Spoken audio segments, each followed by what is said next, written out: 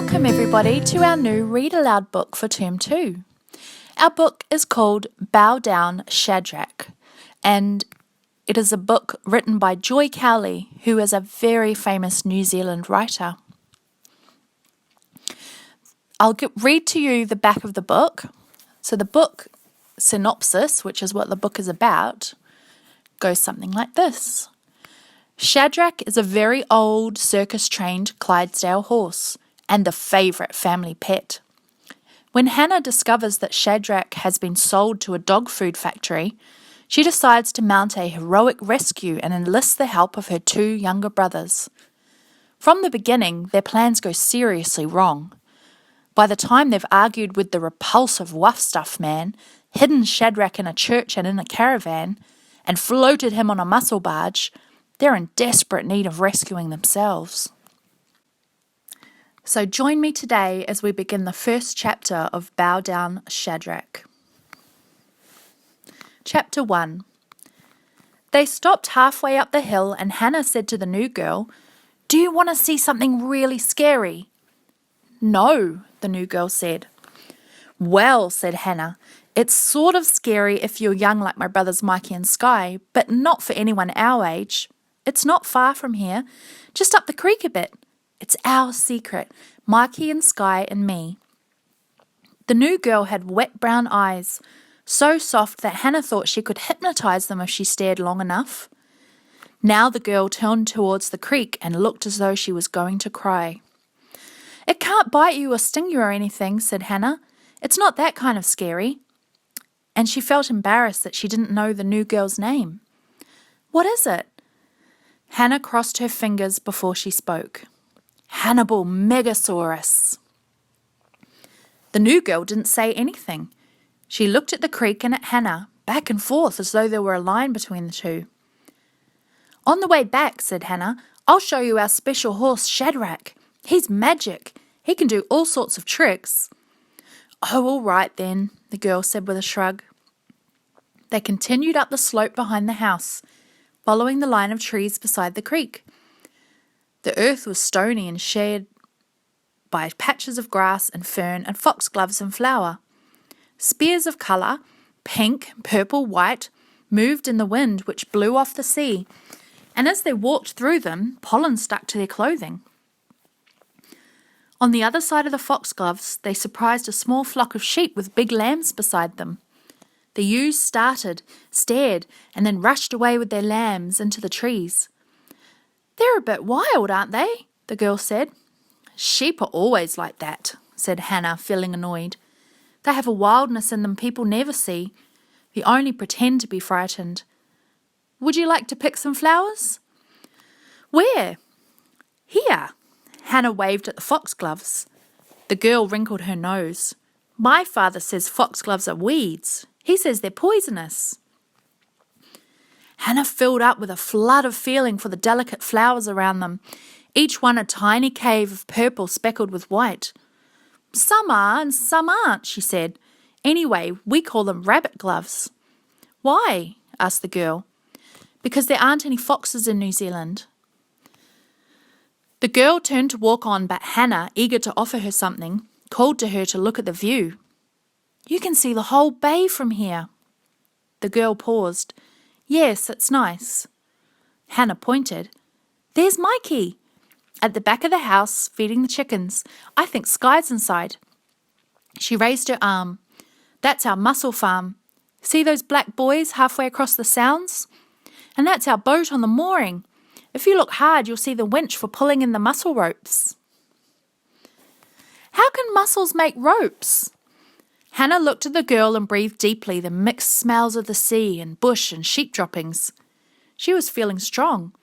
"Mussels don't make ropes. They grow on them. When they're big enough, we harvest them.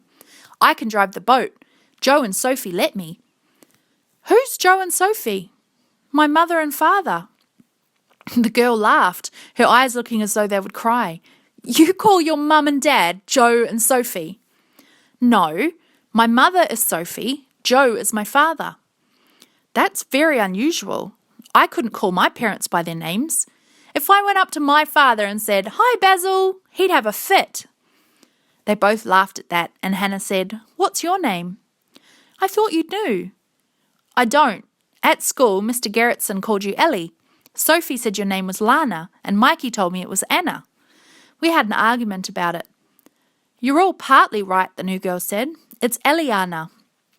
And she spelled it out for Hannah. "That's very unusual," said Hannah, mimicking her voice, and they laughed again. "Where's this magic pony?" Eliana asked. "Horse," corrected Hannah. "Over that way. But first I'll show you this other thing." At the edge of the creek there was a thick stand of manuka trees, dark green and dusty and smelling like incense. The girls pushed under the branches, following a sheep track which led to the water. The creek was not wide, but it was swift-flowing, jumping from stone to stone, pool to pool, under an archway of branches. The banks on either side were high and loosely covered with dry leaves, but at the edge of the water the earth was still moist from spring flooding and green with ferns and moss, rich with its own wet smell. The only sound down here was water music, and there was no movement except for the cool breath of the creek. "We're close now," whispered Hannah. "When we get there, you can close your eyes if you want to, but you can't talk." "Is it something dead?" Eliana asked. Hannah didn't answer, but crossed her fingers on one on top of the others until her hands looked like the roots of trees. "I don't care much for dead things," Eliana said. "Shh," responded Hannah. Without sound, Hannah moved her lips to say apricot 3 times to build a 3-ringed wall of protection around her and Eliana. A few more steps along the edge of the stream, a short detour found a fallen log, and they were there. In the place, the creek fell down the slope like a straight skein of white water, which was divided about halfway along by a rock the size of a dining table. The water splintered against the rock and then rushed around it, 2 fierce flows becoming one again on the other side. The rock, about 1 metre high, was almost straight-sided and was covered in mosses and small ferns that shivered and dripped with spray. Draped across the top of the rock, like a queen on a throne, was the great Hannibal Megasaurus. "It's only the skeleton of a sheep," said Eliana. Shock went through Hannah. She thought, "Whoever shall speak aloud in the presence of Hannibal Megasaurus, verily all their food shall taste like mud for 1 week." "You told me we were going to see a dinosaur." Eliana stood on her toes. "How did a sheep get up there?" "Oh, I suppose it fell down the bank and killed itself landing on the stone."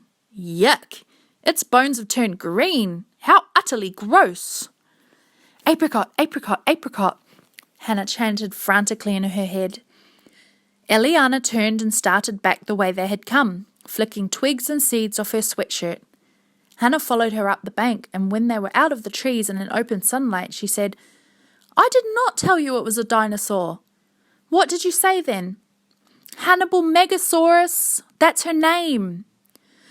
"Her?" Eliana laughed. "Skeletons aren't him or her. If you think it's a her, why did you give it a masculine name like Hannibal?" Hannah didn't know, and she didn't want to know. "I suppose it's because Hannibal sounds like Hannah."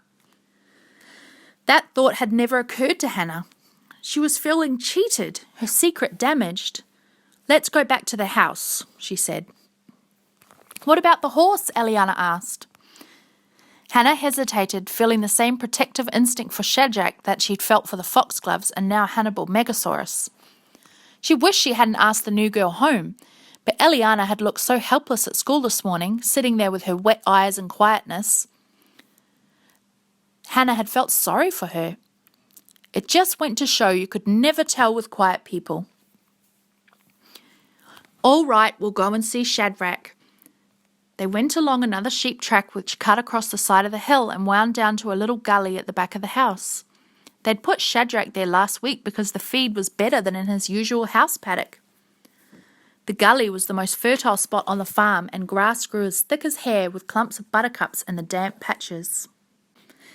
Hannah put her fingers in her mouth and whistled. "Oh!" cried Eliana. "Do show me how you do that." The moment was lost, however, for there was an immediate answer from under the trees. an eager noise whiffling through the nostrils and lips of the old draft horse as he came lumbering out in something between a trot and a hobble. He went immediately to Hannah, nuzzling against her face, her hair. Hannah glanced back at Eliana and explained, "He's very, very old." Eliana didn't speak. She simply looked, her mouth half open. Hannah hugged Shadrach's neck, filling herself with the smell of him and telling him fiercely that he was beautiful, beautiful. But at the same time, she could see him through Eliana's eyes, an old arthritic horse with the bones sticking out of his coat, a hairy protruding lower lip which hung open showing stumps of yellow teeth. She screwed up her eyes. What was it about Eliana that made everything seem so ordinary? "Did you say his name was Shadrach?" Eliana asked. "Yes, that's in the Bible. I know." "What about all these tricks he's supposed to do?" "It's not a matter of suppose," cried Hannah. "He really does do tricks. Years and years ago he belonged to a circus. There were 3 Clydesdale stallions and their names were Shadrach, Meshach, and Abednego," said Eliana. "Yes, they were called after the 3 men in the story about the fiery furnace. These men wouldn't bow down to the statue of the king, so they got thrown out into a huge bonfire." "But they didn't get burned," said Eliana. "The circus act was taken off that story. Joe told me about it. There was this man dressed up as a king and he would say, 'Come to me, Shadrach. Come to me, Meshach. Come to me, Abednego.' You know what would happen? The horses would walk backwards away from him. Then he'd shout, 'Don't you walk away! Look me in the eye!' That's when the horses would turn their backs to him and flick their tails."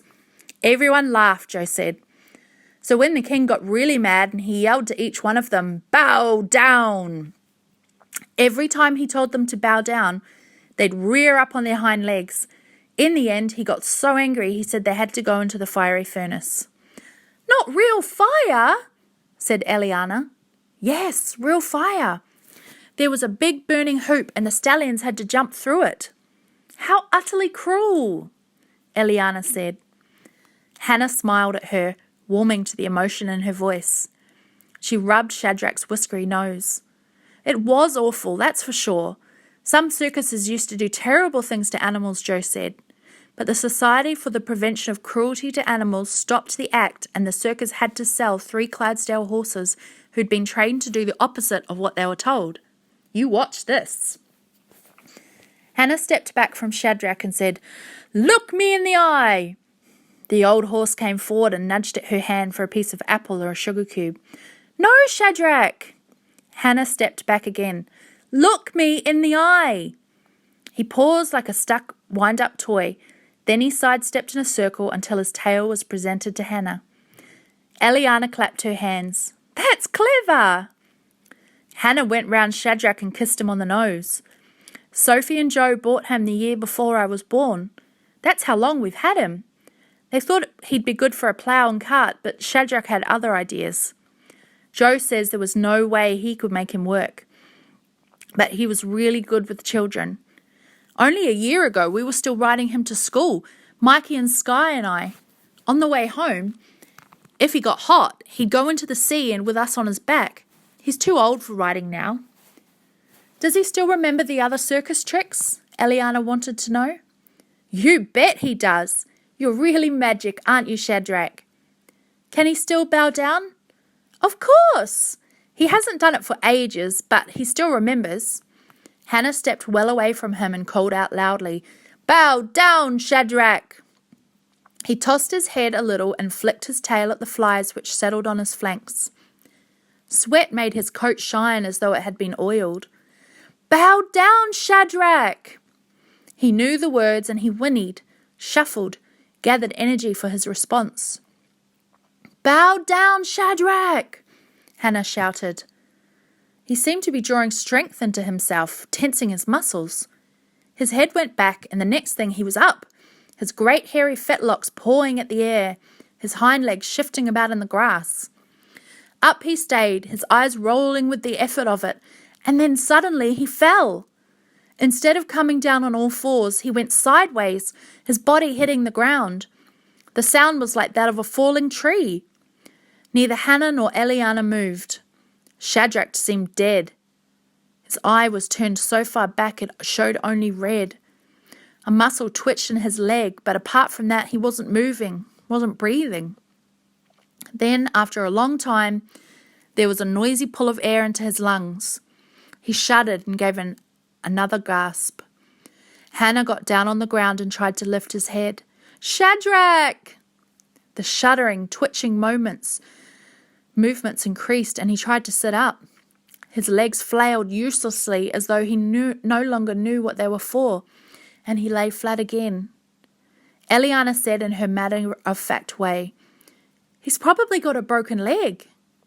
The words brought such a huge pain to Hannah that she couldn't speak. She knew that if it were true, Shadrach would have to be shot, and it would be her fault. "Do you want me to go and get someone?" Eliana offered. Hannah nodded, stroking Shadrach's muzzle. Then as soon as Eliana was on her way to the house, she started to cry.